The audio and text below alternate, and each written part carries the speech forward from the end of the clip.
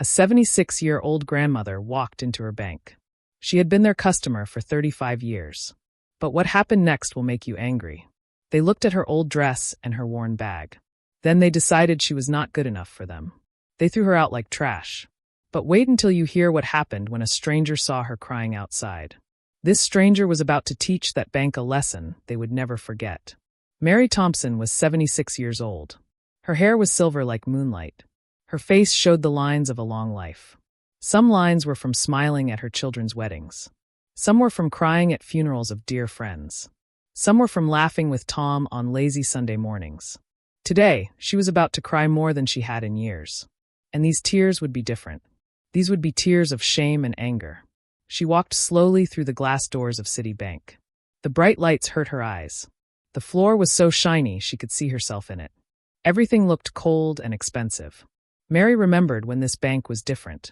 35 years ago, when she first came here, everyone was friendly. The workers knew her name. They asked about her family. But now, after the bank got bought by a big company, everything changed. Now it felt like a place for rich people only. Mary wore a simple flower dress. It was old but clean. She carried a canvas bag that was falling apart at the corners. Inside the bag were important papers. Her ID card, her bank book, bills from her house, and a certificate showing her husband Tom served in the Vietnam War. Her hands shook as she held the bag tight. She was scared, but she had to be here. Her husband Tom was 79 years old. He had a bad heart. 3 years ago, doctors told them his heart was very sick. This morning, the hospital called. Tom needed his heart medicine. It cost $750. The hospital said if Mary did not pay by 5 o'clock today, they would stop giving Tom his medicine. Mary looked at the clock on the wall. It said 2:15. She had less than 3 hours. She had an old flip phone in her pocket. It could only make calls. Nothing fancy. Looking around at other people with their smartphones made her feel left behind. Like the world had moved on without her. Mary walked to a machine and took a number. It said 47. She looked at the screen above the bank counters. It said, now serving number 31. She sat down on a hard plastic chair and waited. 20 minutes passed. Then 30. Then 40. Mary watched the numbers change slowly. But something strange kept happening. Some people did not take numbers. They just walked straight to the front. The bank workers smiled at them right away and helped them fast. Mary noticed these people all wore expensive clothes. They talked loud and confident, like they owned the place. A man in a fancy gray suit walked straight to a counter. He did not wait in line. The worker looked up and smiled big. Good afternoon, Mr. Henderson. How can I help you? The man got helped right away, even though the screen still showed number 40. Mary looked at her ticket. Still 47. She said nothing. She kept waiting. Finally, after almost an hour, the screen showed her number. Mary stood up slowly. Her knees hurt. She walked to the counter.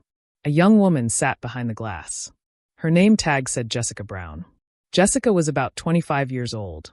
She had perfect nails and earbuds in her ears. When Mary walked up, Jessica took one earbud out.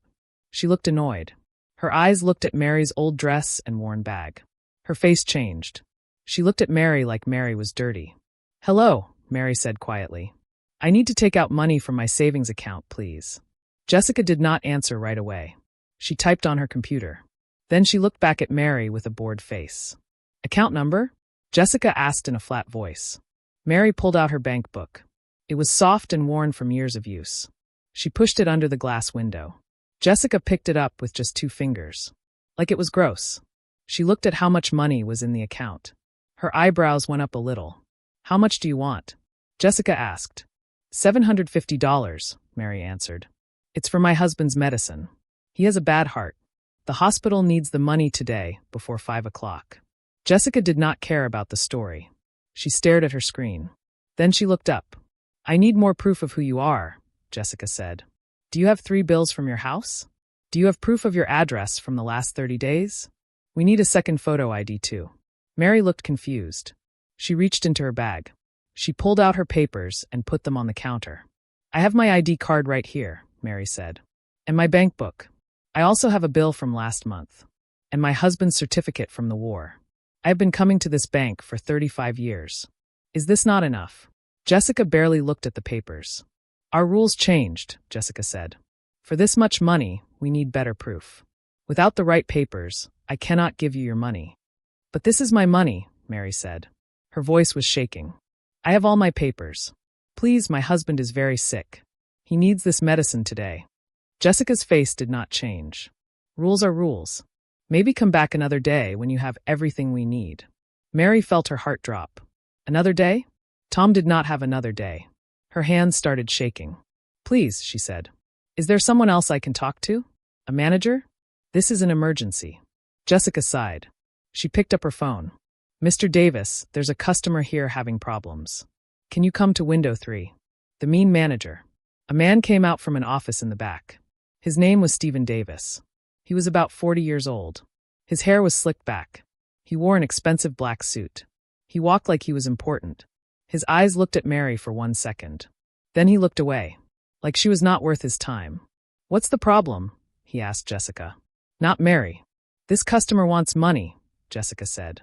But she doesn't have all the papers we need. Stephen turned to Mary. He smiled, but his eyes were cold. Ma'am, I understand you want your money. But we have rules. These rules keep the bank safe. They keep our customers safe from bad people. But I'm not a bad person, Mary said. Her voice was breaking. I've been coming here for 35 years. My husband is a veteran. He fought for this country in Vietnam.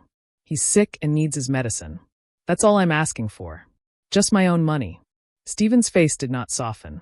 I understand your situation, he said. But we can't break rules for everyone with a sad story. If we did that, we couldn't keep our standards. The words hit Mary like a punch.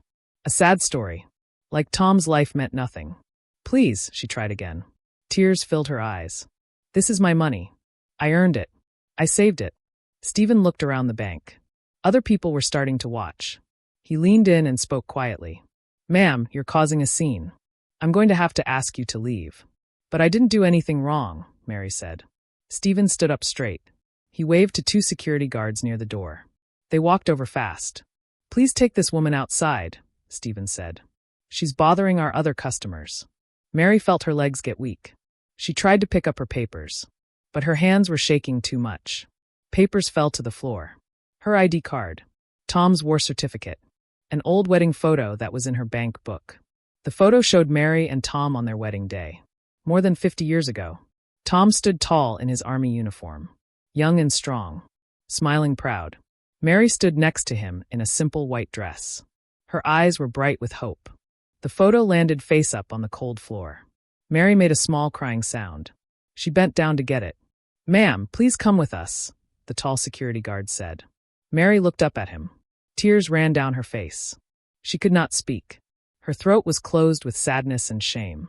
As the guards led her to the door, Mary saw the other customers. Most looked away. A few shook their heads. But nobody helped. Outside, the afternoon sun was hot. Mary stood there, blinking in the bright light.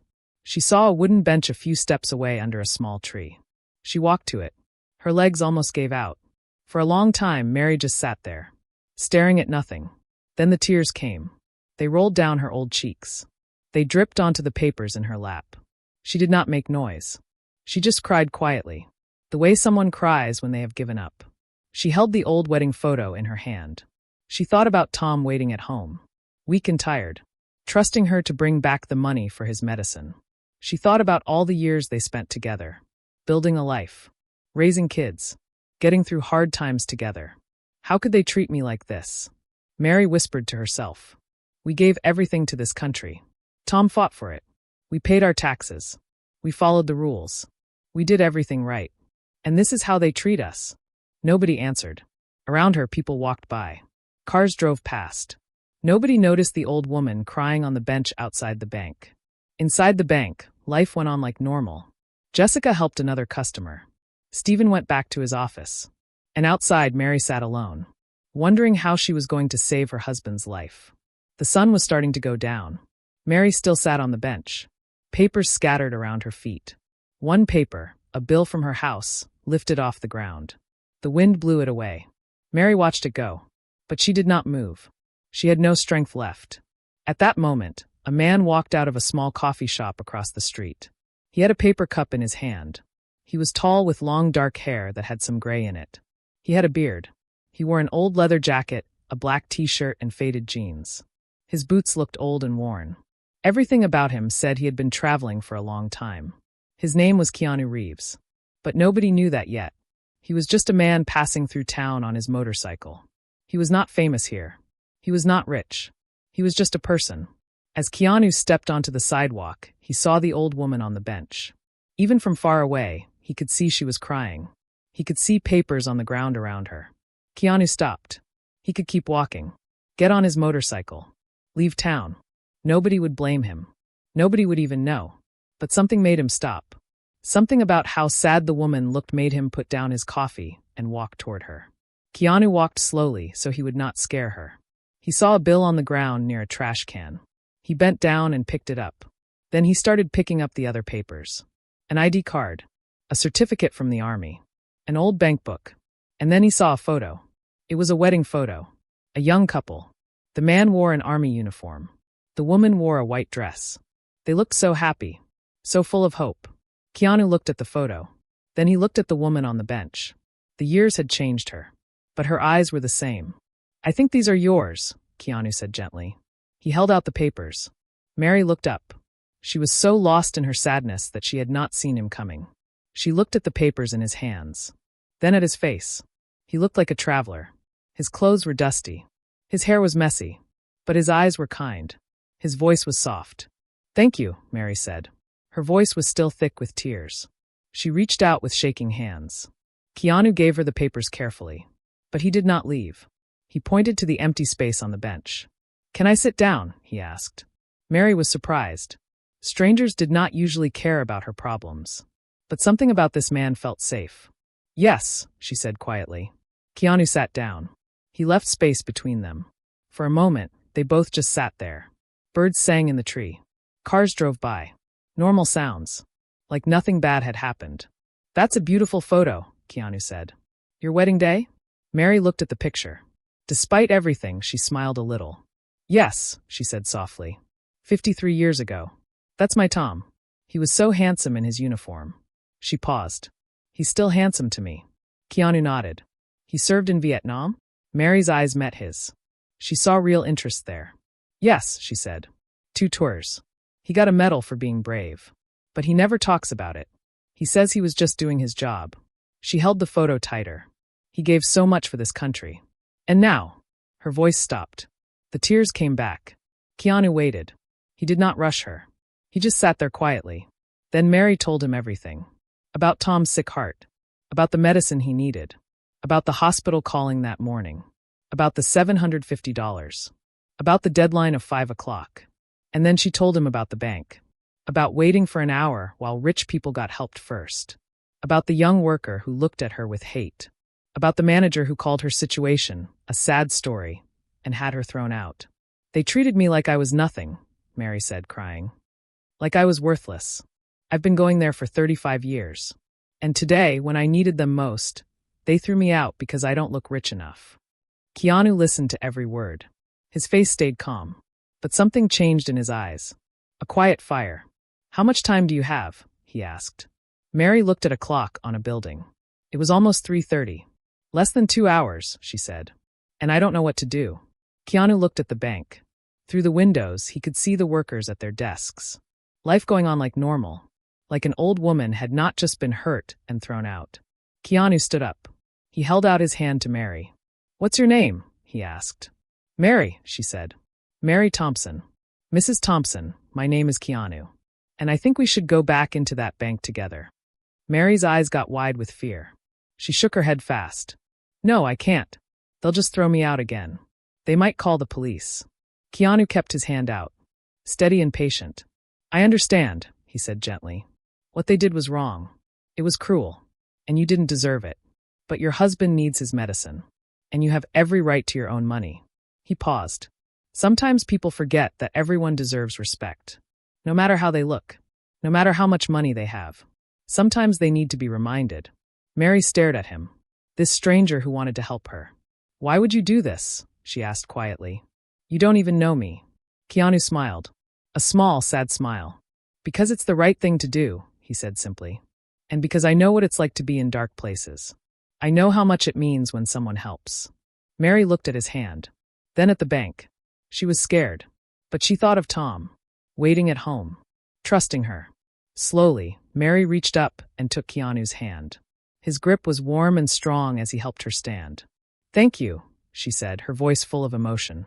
"You don't need to thank me," Keanu said. "Let's just get your husband his medicine." Together they walked toward the bank. The sun made their shadows long on the ground. One tall and steady, one small and shaky, both moving forward. The glass doors opened. Mary walked in for the second time that day. But this time she was not alone. Jessica saw Mary right away.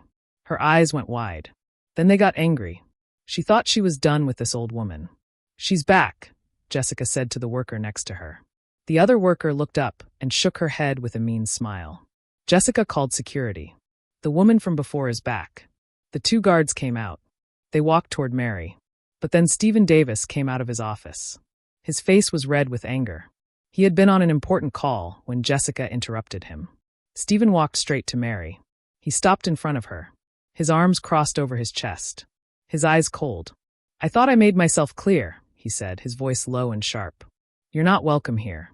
Do I need to call the police?" Mary felt afraid again. She opened her mouth, but no words came.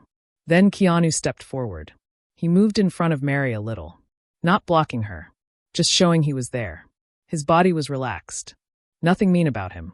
But something about how he stood made Stephen stop. "Excuse me," Keanu said calmly. "I want to understand something. This woman has been your customer for 35 years. She has her ID card, her bank book, all the papers you need. She's trying to take out her own money for her husband's medicine.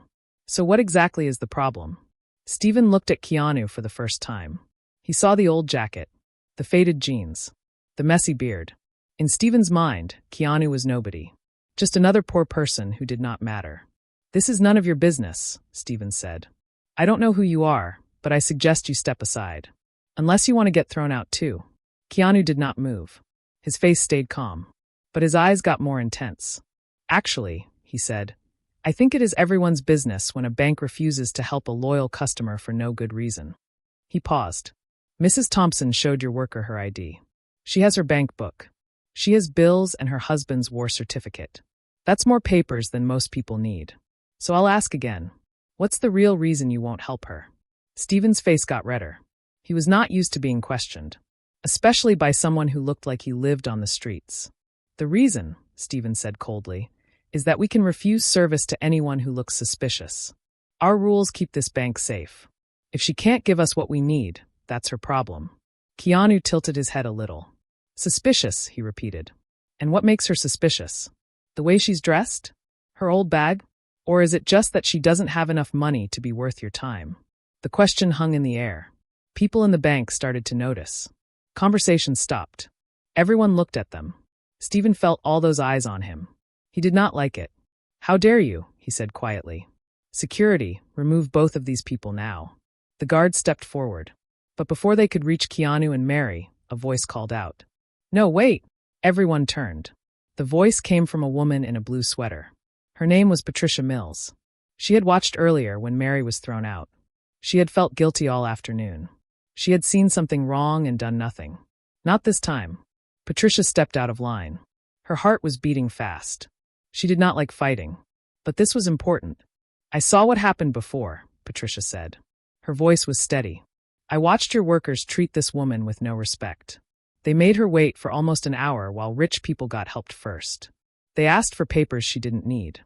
Then they threw her out like trash." She looked at Stephen. "This man is right. The only suspicious thing here is how you're treating her." People started nodding. An old man in the back said, "I've been banking here 20 years. This is wrong." A young mom with a baby said, "You should help her, not hurt her." Stephen felt everything falling apart. His face went from red to white. People had their phones out, recording everything. Then a young guy near the front gasped. He was staring at Keanu. "Wait," the young guy said. "I know who that is. That's Keanu Reeves. The actor." The name spread through the bank fast. Keanu Reeves, the movie star. People looked closer at the dusty traveler. They saw past the beard and old clothes. They recognized him. "Oh my God, it's him. Keanu Reeves is in our bank." Everyone had their phones out now, recording everything. Stephen looked like he might faint. His face went white. Sweat appeared on his head. He suddenly realized this fight was about to go viral. "Mr. Rivers," Stephen said, his whole attitude changing. "I had no idea. Please let me apologize. This has all been a terrible mistake. Of course we want to help Mrs." He looked at Mary. He had forgotten her name. "Thompson," Keanu said quietly. "Her name is Mrs. Mary Thompson. She's been your customer for 35 years. Her husband Tom served 2 tours in Vietnam and got a medal for bravery. Right now he's at home waiting for medicine that will keep his heart beating. Medicine she can't buy because you won't let her have her own money." Each word hit like a hammer. The cameras kept recording. The crowd kept watching. Keanu turned to face everyone. "I'm not here as a celebrity," he said, his voice calm but clear. "I'm here as a human being who saw another human being hurting and couldn't walk away." He paused. "What happened to Mrs. Thompson today could happen to any of us. To your mom, your grandma, your neighbor. All it takes is someone deciding you don't look important enough, that you don't have enough money, that you're not worth their time." He looked back at Stephen. "That's not policy. That's prejudice. And it's wrong." The silence was complete. Nobody moved. Nobody spoke. Finally, Stephen cleared his throat. He looked at all the phones recording. He knew he was trapped. "Of course," he said, forcing a smile that looked painful. "Mrs. Thompson, please accept my sincerest apologies. Jessica, please give Mrs. Thompson her money right now. And remove any fees." Jessica nodded fast. She looked scared. She waved for Mary to come to her window. Mary looked at Keanu. She could barely believe it. He nodded and smiled. "Go ahead, Mrs. Thompson. Get your husband's medicine." Mary walked to the window on shaking legs. She gave Jessica her papers. The same papers that were rejected before. This time, Jessica took them without complaint. Her fingers moved fast on the keyboard. She would not look at Mary's face. A few minutes later, Jessica counted out $750. She pushed it under the glass. "Here you are, Mrs. Thompson," she whispered. "Anything else?" Mary took the money. She held it tight. Tears ran down her face. But this time they were happy tears. "No," she said softly. "This is all I needed. Thank you." She walked back to Keanu. And then something amazing happened. People started clapping. It started with Patricia. Then the young guy who recognized Keanu.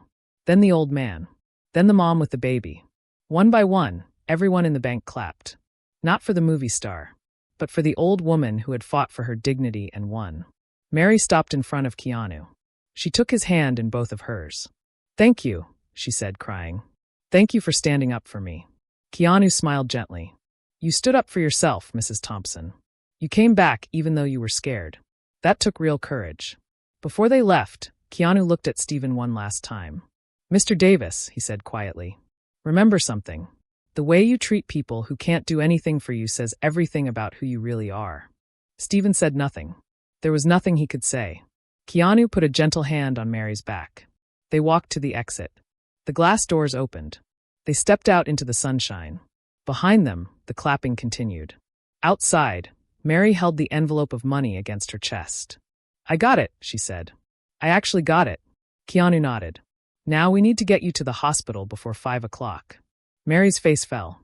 She looked at her watch. It was 4:23. The hospital was 15 minutes away by car. But she did not have a car. The bus would not come for 30 minutes. Too late. "The pharmacy," she said sadly. "I don't think I can make it." Keanu looked at her. Then smiled. "Do you trust me, Mrs. Thompson?" After everything, the answer was easy. "Yes," she said. "Then come with me." Keanu led Mary down the street. His motorcycle sat under a tree. A beautiful old bike. Mary stopped. "I've never been on a motorcycle before." Keanu smiled. He got a spare helmet from his bag. "There's a first time for everything. I promise I'll get you there safely." Mary looked at the helmet. Then at her watch. 4:26, 34 minutes left. She thought of Tom at home.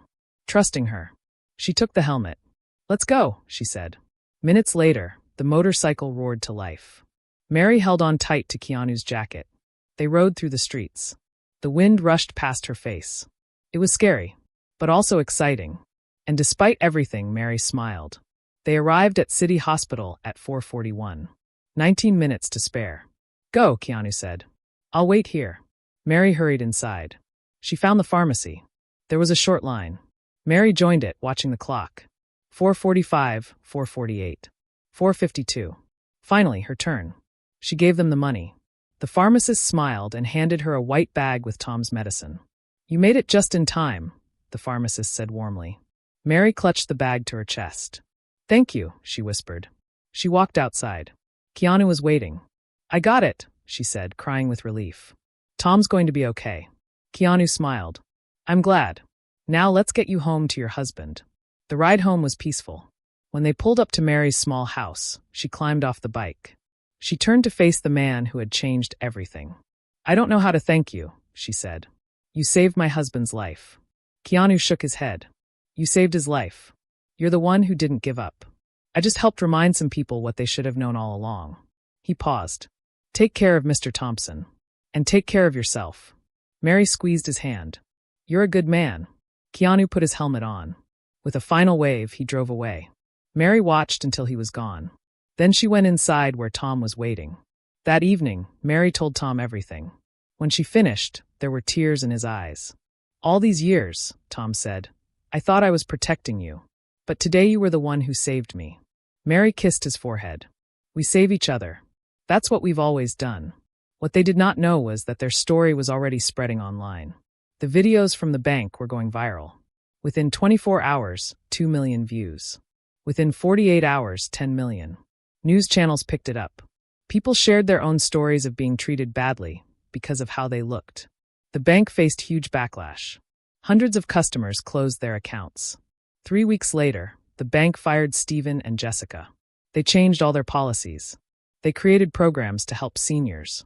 The town named a new fund after Mary and Tom, the Hartley Community Fund. It helped elderly people access banking services without fear. 1 year later, on the anniversary, the town held Kindness Day. Mary stood at a podium in the town square. "A year ago," she said, "I was told I didn't matter. I sat on a bench and believed them." She paused. "But then a stranger sat beside me. He didn't know me. He just saw someone in pain and chose not to walk away." She smiled. "We all have that power. To stand up when others sit down. To speak when others stay silent. To treat every person with the dignity they deserve." The crowd clapped. Around her, people celebrated not just the anniversary, but a promise. To do better. To be better. To see each other as neighbors, not strangers. Somewhere on a highway, a man on a motorcycle smiled. Sometimes the smallest moments leave the biggest mark.